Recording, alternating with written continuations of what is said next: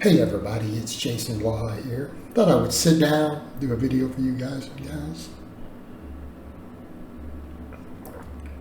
Sipping my Mootopia. Real milk from a real cow, real protein. I'm going to upset some people today. Let's stir the pot a little bit. You know, I thought I would bring up a topic because this came up in my comments. You know, and someone's saying, look, just because, maybe you don't like some certain people with PhDs doesn't mean you can disagree with them. I didn't even know I was disagreeing with them, by the way, on the topic that was covered. I was unaware of that. But here's the thing. When the whole fitness industry is discussed as a whole, what we learned from the branched-chain amino acid fiasco over a decade ago, we learned a lesson about these PhDs, didn't we, and their integrity. We learned a valuable lesson, and I think that lesson should stick. Because how many PhDs promoted the branched-chain amino acids? Knowing the research was biased. All right, who got sued over saying the research was biased? Anybody remember? A guy named Jason Blaha literally got sued with the primary reason for the lawsuit being the discussion of financial bias in research. That was the primary reason on the court paperwork. Now, granted, I was in another country at the time, so it made things rather difficult. Okay. Since came out that I was right. Meta-analysis years later vindicated me that, yeah, this stuff is all garbage. None of it works. It's completely and utterly useless for all muscle building, muscle protein synthesis, muscle recovery purposes. 100% useless in all cases, including even low protein diets. Okay? That is what the meta-analysis, 2 of them now, have shown. Okay? Now, what is this show? Because we're not just going to talk about just one PhD, because it's not necessary. There were a plethora of people with doctors in their names who embraced and endorsed these products, sold them, made money on them, financially associated with companies doing it, either their own affiliates, their own business connections in those companies. They made a lot of money off this stuff. Now, does someone of my education level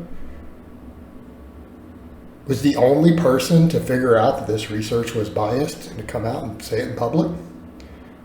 You're telling me that none of these PhDs with their, I don't have a PhD, I don't have an advanced degree. You're telling me that none of these PhDs were smart enough to figure this out, and Jason Blaha was the only person in the entire industry smart enough to figure it out? I don't think that's possible. I don't think I'm more intelligent than most of these guys. Okay? So they knew. They're all a bunch of fucking liars.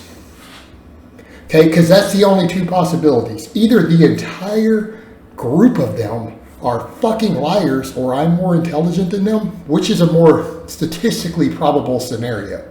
That Jason Blaha is more intelligent than a dozen PhDs, or that a bunch of PhDs who are financially tied to something fucking lied about it to make money. If you had to be a gambling man, I don't think I'm smarter than 12 PhDs. The same circle. I don't think that's the case. I don't think a reasonable person would conclude that I am. Okay, so let's get that out of the way. So the answer is obvious for the rhetorical question. So here's the problem. We've now seen that the whole evidence-based world, anyone associated with the supplement industry is already a fucking con man and a liar, because the whole industry is predicated on scam products. All right, we are all aware of this at this point. I mean, we're at a point where creatine and fish oil aren't even holding up under the research now. Damn. Protein powder is about the only thing still holding up. Maybe folate for pregnant women. You know, B12 for vegans. Got a few situationally useful products. All right.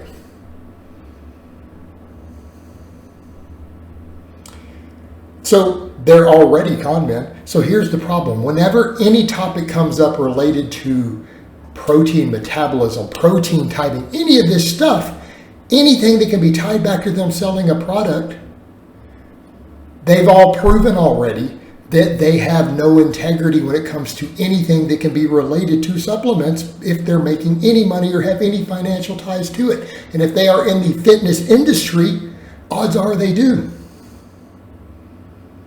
So how are we supposed to believe them? Okay, so I mean, this is very simple. If you see some research looking at something with muscle protein synthesis and timing and other stuff that is independent research, people not tied to the industry, and it disagrees with 5 people in the industry's ideas on it, they all have PhDs, which ones are financially biased? Which ones have already shown they're willing to lie?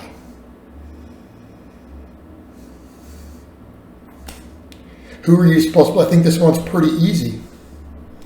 One group of doctors have financial ties to certain outcomes. Others are just doing independent research. When there's a conflict, what is the obvious answer? Because you can't trust any of them in the industry if they are tied in any way to supplements. Anything that can be tied back to a product they might make money on. And I mean literally talking protein timing if they're tied to protein powders at this point. Because, we can have more frequent protein timings. It's convenient, and it is. I'm not going to disagree with that. I think protein shakes are terribly convenient. I am actually a fan of protein shakes. But these are people who are making money off of it in some way. Either part ownerships, affiliates, various paid sponsorships. They have financial ties to these companies.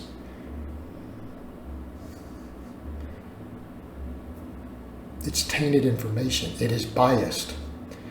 Again, back to a group of people who are willing to associate with unethical companies for money.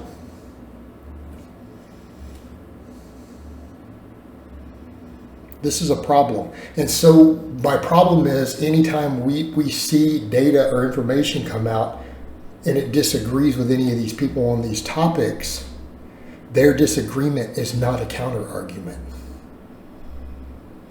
They are paid liars.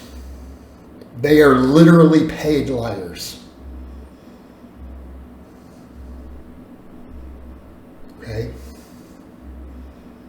You say what you want about me and dumb stuff I've done, but I didn't get paid to lie.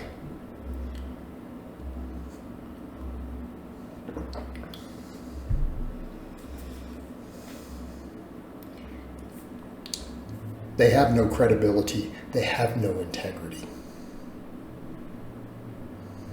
And it's very obvious.